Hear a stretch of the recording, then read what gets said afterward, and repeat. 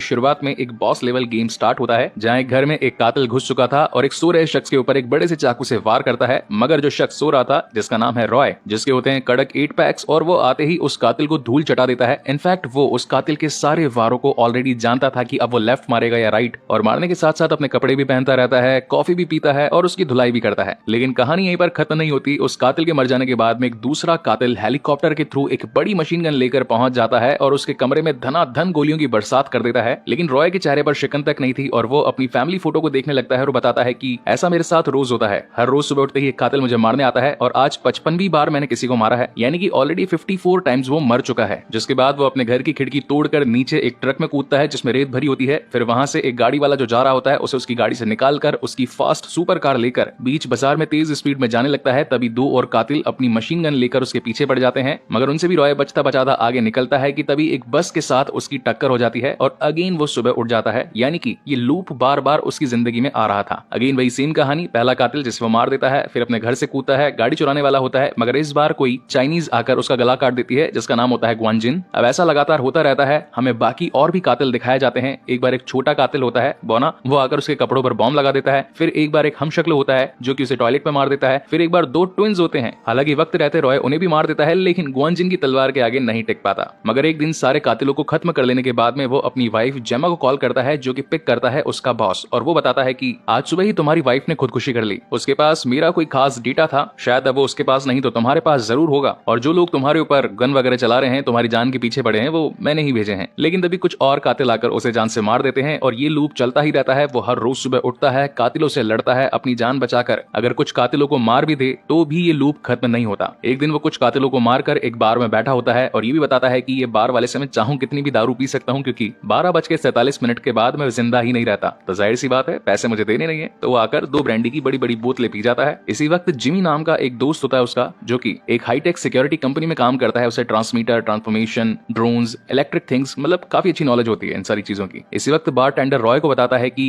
आज हमारे इस बार में चाइना की सबसे बड़ी स्वॉर्ड फाइटर आई है, उसने अभी तक 3 Guinness world of book record जीते हैं। खैर ये सारी बातें उसके लिए नई नहीं थी, ये सारी बातें वो ऑलरेडी कई बार सुन चुका था। जिसके बाद वो अगेन अपने पर्स से अपनी फैमिली के फोटो निकालता है और जैसे ही 12:47 हो जाती है, सारे के सारे कातिल उस बार में पहुंचकर रॉय को गोलियों से भून देते हैं। इस बार मरने के बाद रॉय हम व्यूअर्स को एक दिन पहले की स्टोरी बताता है, जहां पर वो अपनी वाइफ से मिलने के लिए उसकी कंपनी में गया था, जो कि टाइम से रिलेटेड एक ऐसा एक्सपेरिमेंट परफॉर्म करने वाली थी जिससे कि पास्ट, फ्यूचर, प्रेजेंट, मतलब प्रेजेंट में तो जी रहे हैं, इन दोनों प्लेसेस पर जाना पॉसिबल हो पाए। इसी के साथ कहानी में जेमा की थोड़ी ब्रीफ मिलती है कि इनकी शादी ऑलरेडी हो चुकी है, इनका एक 8 साल का बच्चा भी है, मगर पिछले 2 सालों से ये लोग अलग अलग रह रहे हैं। रीजन ये होता है कि रॉय अपने काम में बहुत ज्यादा घुल मिल चुका होता है, फैमिली को टाइम नहीं देता है, और जेमा को ये सारी चीजें पसंद नहीं आ रही थी, तो उसने उससे अलग रहने का डिसाइड कर लिया। खैर ये तो आजकल एक नॉर्मल कहानी है, ऐसा बहुत सारे कपल्स के साथ हो रहा होगा। खैर coming back to the main story, Gemma को मालूम चल चुका होता है कि ये मशीन कैसे काम करेगी, मगर इसे वो अपने बॉस के हाथ नहीं लगने देना चाहती थी, क्योंकि वो एक खूंखार दरिंदा था, उसे इस पूरी दुनिया को एक्वायर करना था, मतलब वो राज करना चाहता था यहाँ पर, जिस पर जेमा उसे रोकना चाहती थी। हालांकि वो उनके सामने मशीन में कोई तोड़ा फोड़ी नहीं कर सकती थी, क्योंकि उसे डायरेक्ट ही गोली मार दी जाती। तो यहाँ पर वो एक बहुत लंबा दिमाग लगाती है और अपने पति का डीएनए, कुछ बाल, कुछ फिंगरप्रिंट्स लेकर उस मशीन में डाल देती है। अब इसका रीजन क्या है वो मैं आपको कहानी के एंड में बताऊंगा। इसी वक्त कहानी के विलन यानी कि जो मेन वेंटोर है, उसका सिक्योरिटी गार्ड इन दोनों के सामने आकर खड़ा हो जाता है और कहता है कि तुम्हारे मिलने का वक्त अब खत्म हो गया है। जाते हुए रॉय जेमा से कहता है कि मैं तुमसे बहुत प्यार करता हूँ और मैं चाहता हूँ कि तुम मेरी लाइफ में वापस आ जाओ। जिसके बाद गार्ड्स आकर जेमा को कहते हैं कि वेंटोर तुम्हारा इंतजार कर रहा है। ये एक बहुत ही आलीशान ऑफिस होता है, मतलब ऑफिस तो कम, एक करोड़ों के इंटीरियर वाला बंगला लग रहा था। जिसके बाद वेंटोर जेमा को एक अपनी पुराने पास्ट की कहानी सुनाता है कि मैं पहले फौज में हुआ करता था, हमारी टीम हेलीकॉप्टर से एक गांव में गई थी, वहां पर हमने ढेर सारे दुश्मनों को मारा, लेकिन एक छोटा बच्चा था जो कि दुश्मनों की टीम में ही था, वो गलती से मेरे बंदूक के सामने आ गया था, लेकिन मुझे लगा कि वो बच्चा है इसलिए मैंने उसे छोड़ दिया, मगर उसी कमीने बच्चे ने मेरे एक खास दोस्त को गोली मार दी। तो कहानी से हमें क्या शिक्षा मिलती है कि दुश्मन दुश्मन होता है, अब चाहे वो कोई भी हो, लेकिन अगर कैसा हो कि हमारा कोई दुश्मन ही ना हो। तो वही जिंदगी मैं पाना चाहता हूँ जिसमें तुम मेरी मदद कर रही हो, और मैं चाहता हूँ कि इस प्रोजेक्ट को जल्द से जल्द कंप्लीट कर लो। इधर सीन शिफ्ट होता है रॉय भैया पर, जो कि सुबह वाइफ की गालियां खाकर अगेन शाम को बार में एक दूसरी लड़की के साथ बैठे होते हैं। हालांकि बार टेंडर भी रॉय को काफी पसंद किया करती थी, लेकिन आज रॉय के पास एक नया माल आया था। बेसिकली एक दिन पहले उसके दांत में दर्द हो रहा था, तो वो डेंटिस्ट के पास गया था और आज वो डेंटिस्ट उससे सेट हो गई थी, जो कि बढ़िया मूड में लग रही थी। और मूड में आने के बाद तो आपको मालूम है क्या होता है, वो उसे अपने घर ले जाता है और फिर काफी प्यार की बातें होती है। मगर अगले दिन उठते के साथ ही उसकी जिंदगी बदल चुकी थी, यानी कि वही टाइम लूप उसके साथ चल रहा होता है कि हर दिन सुबह उठना, कातिलों से अपनी जान बचाना, बहुत सारों को धोना पीटना और 12:47 पर आकर मर जाना। लेकिन इस बार उसे अपनी पत्नी की कही बात याद आती है कि जाने से पहले उसने कहा था कि मैंने तुम्हारे लिए एक गिफ्ट छोड़ा है। उस गिफ्ट में एक पुरानी एंशिएंट बुक होती है जिसे खोलकर रीड करने पर उसमें लिखा होता है कि हम दोनों ही जॉय से बहुत प्यार करते हैं। अब जॉय जो कि इनके 8 साल का बेटा होता है, तो इस बार रॉय सभी को मार मुरा के पहुंच जाता है अपने बेटे से मिलने के लिए, जो कि इस वक्त एक गेम पार्लर में गेम खेल रहा होता है। और वो आकर अपने बेटे से मिलता है, उससे काफी बातें करता है, ये दोनों गेम भी खेलते हैं। और अब एक अच्छा खासा टाइम स्पेंड कर लेने के बाद में जब रॉय अपनी घड़ी चेक करता है तो उसमें बजे होते हैं 12:50, यानी कि 3 मिनट ज्यादा। वो सोचता है कि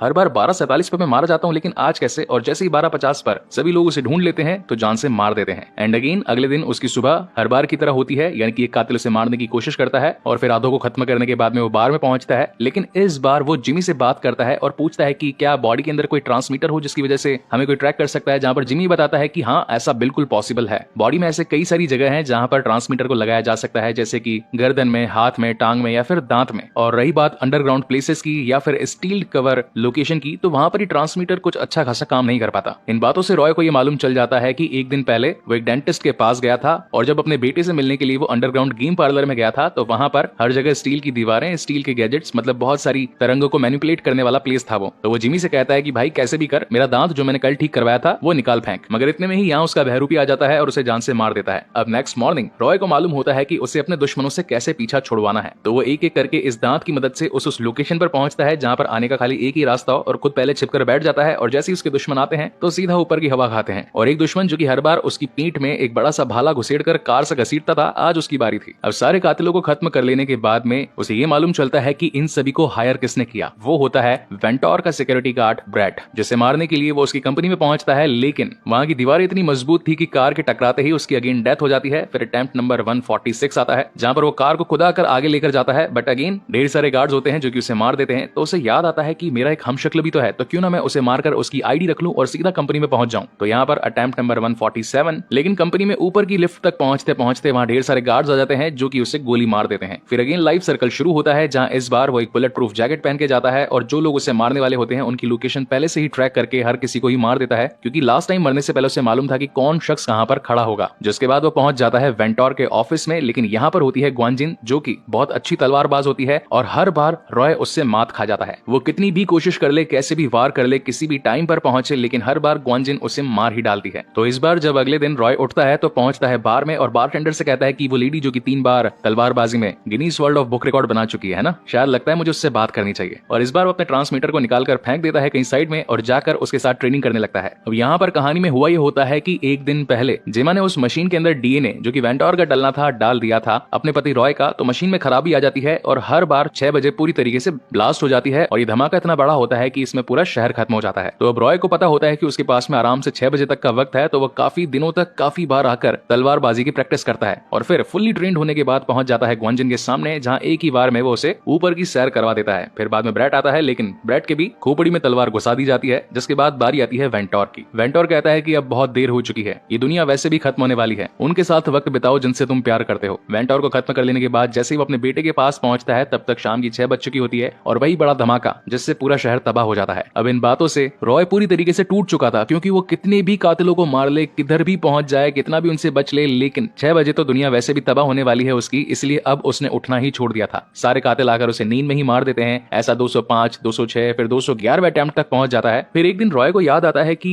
मरते वक्त वेंटोर ने कहा था कि अपने परिवार वालों के साथ वक्त बिताओ। तो इस बार वो दुश्मनों को न मारकर सीधा पहुंच जाता है अपने बेटे के पास में, उससे कई सारी बातें करता है, पूछता है कि तुम्हारे स्कूल में कैसा चल रहा है, घर पे मम्मी खाने में क्या खिलाती है, तुम्हें कहां पर जाना पसंद है, कौन सा गेम तुम्हारा फेवरेट है, मैं भी तुम्हारे साथ खेलता हूं तो ये स्ट्रीट फाइटर खेलते हैं। स्ट्रीट फाइटर मेरा भी बचपन का फेवरेट गेम था। तभी बातों ही बातों में जॉय रॉय से कहता है कि आज सुबह 7:11 पर मेरे पास मम्मा का कॉल भी आया था, वो थोड़ी टेंशन में लग रही थी। तो रॉय को लगता है कि यानी सुबह 7:11 तक वो जिंदा थी और ऑफिस में किसी ने उसे मारा है। और उसे वेंटोर की वो बात भी याद आती है कि वो किसी टाइम मशीन के बारे में जिक्र कर रहा था, इसलिए वो इस बार पहुंचता है सीधा कंपनी में और वेंटोर से सारी असलियत निकलवाता है, जहां पर उसे मालूम चलता है कि ये लोग एक टाइम मशीन पर काम कर रहे थे ताकि वेंटोर एक ऐसी जिंदगी पा सके जहां उसके कोई भी दुश्मन ना हो, वो जब चाहे पास्ट में जाए, जब चाहे फ्यूचर में जाए। और ये काम पूरा होने वाला था जेमा के थ्रू, लेकिन जेमा ने एक दिन पहले मुझे ऑफिस में मिलने के लिए बुलाया था और मेरा डीएनए और मेरे कुछ बाल लेकर उस मशीन में डाल दिए थे। ये बात ब्रैट ने और वेंटोर दोनों ने ही देख ली थी, इसलिए वो गुंडों को भिजवाकर मुझे मरवाना चाहते थे। इसी बीच उसकी नजर पड़ती है टाइम लैप्स पर, जहां वो ये देख पाता है कि जेमा 7:14 पर मरी थी और हर रोज सुबह जब वो उठता है तो बजे होते हैं 7। इसका मतलब उसके पास 14 मिनट है अपनी वाइफ को बचाने के लिए। तो इस बार वो खुद ही कोई गोली मार लेता है और अगले दिन उठते ही सीधा हेलीकॉप्टर वाले शख्स को वहां से पटक कर सीधा पहुंच जाता है इस कंपनी में, और जो लोग आज रॉय की सुपारी लेने के लिए आए थे उन्हें मशीन गन से उड़ा देता है। और भी काफी सिक्योरिटी गार्ड्स होते हैं जिनके साथ सामना करके वो पहुंच जाता है 7:14 से पहले ही जेमा के पास में, जहां जेमा ये रिवील करती है कि मैं जानती थी कि तुम जरूर आओगे। बेसिकली हुआ ये था कि वेंटोर को इस वक्त तक भी ये बात पता नहीं थी कि मशीन रेडी हो चुकी है, मगर मैं उसके हाथ ये मशीन लगने देना नहीं चाहती थी और उनके सामने इस मशीन को तोड़ भी नहीं सकती थी। इसीलिए मैंने तुम्हारी हेल्प लेने के बारे में सोचा, और जो स्टार्टिंग वाला प्लान था वो अब जाकर एग्जीक्यूट हुआ था। यानी कि जेमा चाहती थी कि रॉय यहाँ तक पहुंचे, और अब जब वो यहाँ तक पहुंच चुका होता है तो अपने आप को उस मशीन में डाल देता है ताकि हर बार शाम को 6 बजे जो ये दुनिया तबाह हो जाती है वो ना हो और वो अगेन अपनी अच्छी खासी जिंदगी जी सके। और इसी के साथ ये शानदार कहानी यहीं पर खत्म